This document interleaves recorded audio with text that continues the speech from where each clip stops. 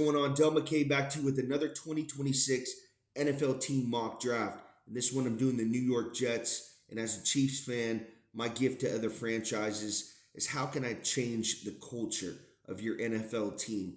The New York Jets are a complete mess. They got rid of Robert Saleh, who had a top 5 defense. Zach Wilson was a bust. I thought Robert Saleh deserved a few more years. I decided to go with Aaron Glenn, a former player of the Jets, and it's been a disaster. He got rid of Aaron Rodgers, sent him the walking papers. We all know the story where Aaron wanted to play another year for New York, a team that traded Devontae Adams. They got Lazard, a few weapons for him, and Aaron Glenn wanted to go in a different direction.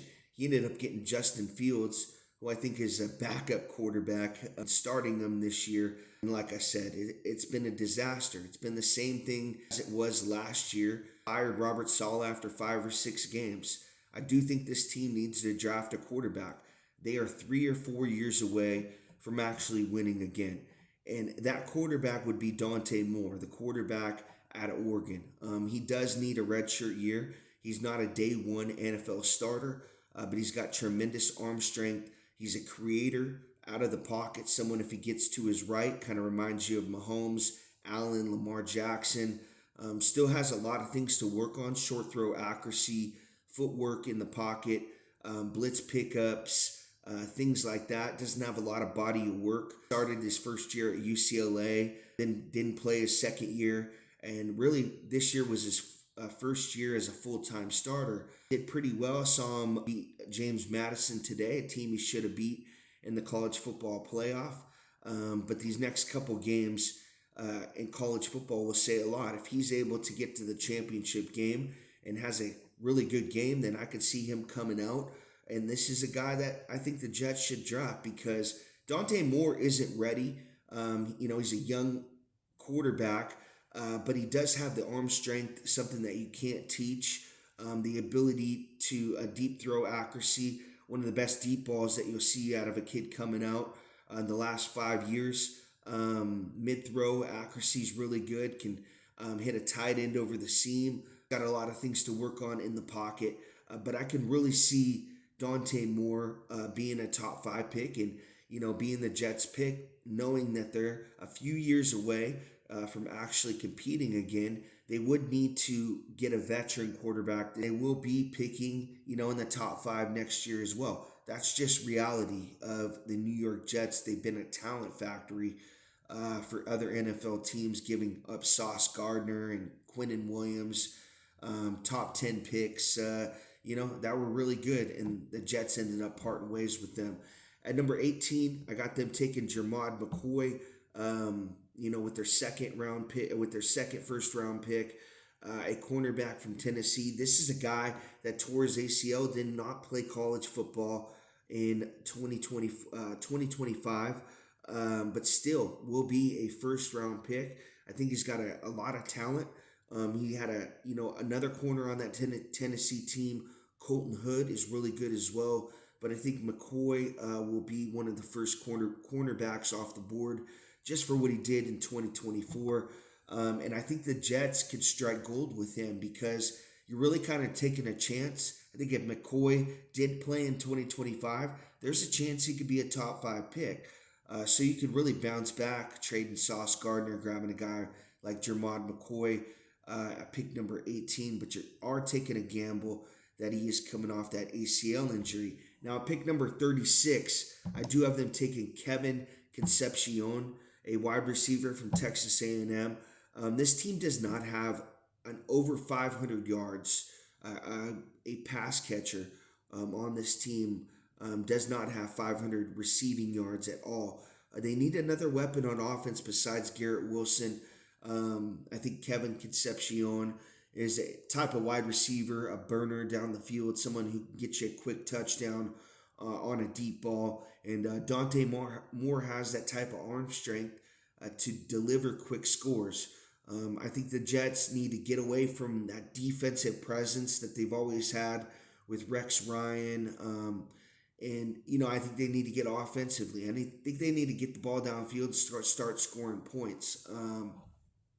And Concepcion would be a good pick at 36. Pick number 46, I got them taking Caleb Banks, a defensive lineman from Florida, Quinnen Williams replacement. At pick number 105, I got them taking a safety, Genesis Smith from Arizona. At pick number 176, I got them taking a running back, Emmett Johnson from Nebraska. I do think they are going to re-sign Breezy Hall. When I was doing the contract in my head, it was a 2-year, $26 million deal. I think that contract will be, I think the first year will be fully guaranteed. But they are going to draft a running back too as well. They held on to Breezy Hall. There was some talk the Chiefs were interested. They only wanted to give up a 4th-round pick. The Jets wanted a 3rd-round pick, and they weren't able to come up with a deal. So the Jets are holding on to Hall. I do think they get Johnson at pick 176 as a backup to Breezy. So he's going to be a solid replacement for him. I saw him play with Raiola at Nebraska. This is going to be a solid pick and someone that could possibly do some damage in the NFL. Now, running backs aren't valued in the NFL as much. You can grab a guy in the 4th, 5th round, and he could be top 10 in rushing. You look at Kareem Hunt, what he did in 2017. The Chiefs got him from Toledo, I want to say in the 3rd round, and he was 2nd or 1st in the league in rushing that year. So it can happen. A team can draft a guy and he can, end up being a quality player. So at pick number 176, I got them taking Emmett Johnson. At pick 178, I got them taking Roy Williams, an edge rusher from Northern Illinois. Another guy that I think they need to, get better at the pass rush. That's been a problem for him this year. With Saleh, they had the good pass rush, but when they got rid of Saleh, this defense kind of crumbled a little bit. And we can go back and we're going to look at the stats as we get into the draft and more of the numbers. But at pick 197, I got them taking Charles Deming, Deming from a cornerback from Stephen F. Austin. Like I said, they need to get better at covering the pass. Jermod McCoy at pick 18, then Deming at pick 197. I think this is going to help. But this team has a ton of picks in the back end of this draft. Pick 205, I got them taking a linebacker, Lander Barton. At pick 213, I got them taking Keenan Nelson Jr., a safety from Ohio State. Pick 219, I got them taking Jaden Roberts, a guard from Alabama. At pick 240, I got them taking Ted Hurst, a wide receiver from Georgia State. At pick 255, I got them taking Aaron Graves, a defensive tackle from Iowa. At pick 257, I got them taking Nick Anderson, a wide receiver from LSU. And most of those guys are just best player available. I'm sure some of those picks will get traded for 2027, but I really have a good plan here to really fix the New York Jets. It's a plan not to win now, but to win in the future. Getting guys like McCoy, Moore, Concepcion, Banks, Genesis Smith. Those guys are going to turn this team around. Emmett Johnson. It's the depth of this roster. The backups, the special teams, that's going to change things. I think this team is good at tackle. They got Membu and they got Faijau at left tackle and Membu at right tackle. I think they're going to give Simpson a big deal in the offseason. There's a chance maybe they can sign Lindenbaum, the center from the Ravens. Joe Tippmann, I'm not sure about him, but I think they're getting rid of Elijah Vera Tucker. That's for sure. Adon Mitchell is a guy you can build with. Like I said, Garrett Wilson is their go-to guy. Mason Taylor, a guy they drafted in the 2nd round last year. That's why I don't think they need to go tight end in the 1st round to grab like a guy like Sadiq, match him up with his teammate Moore. I was thinking about that, but Mason Taylor's a pretty solid tight end. This defense needs work. Quincy Williams, are they going to sign him to another deal? Stiggers is one of their quarterbacks. Stevens is another quarterback.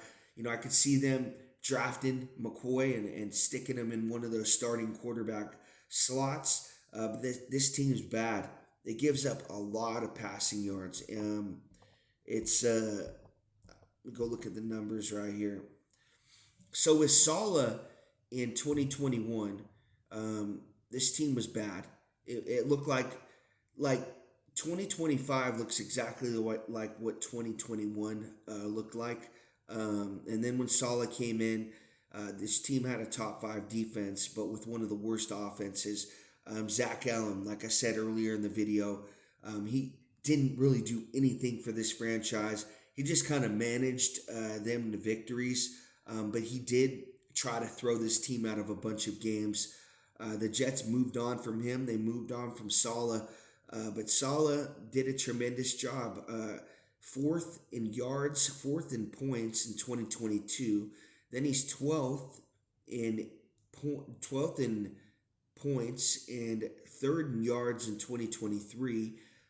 Then he's 20th in points and third in yards in 2024, the years that he was head coach. So I think Sala did a tremendous job. They moved on from him. Aaron Glenn in 2025, and he's 30th in points and 20th in yards allowed, and ranked the worst defense in the NFL. So the Jets are in trouble. They're 3 to 4 years away from actually winning again in the NFL, and I think you got to draft a guy like DANTE Moore and look towards the future. But you got to get a veteran in this year and have Moore run the practice squad, possibly have him come in the last couple games of the year. But I think if you start him day one, you're possibly going to ruin his career and ruin his confidence moving forward. This Jets team has to make sure they can protect him. He's got trouble reading blitzes. He's going to have to work on the verbiage as well. But I think the next couple picks after that, you got to go defense. McCoy, Caleb Banks. You got to get more weapon. Kevin Concepcion from Texas A&M. But I think I got a really good plan moving forward for the New York Jets and their 2026 offseason plans. Guys, thank you for watching. I appreciate it.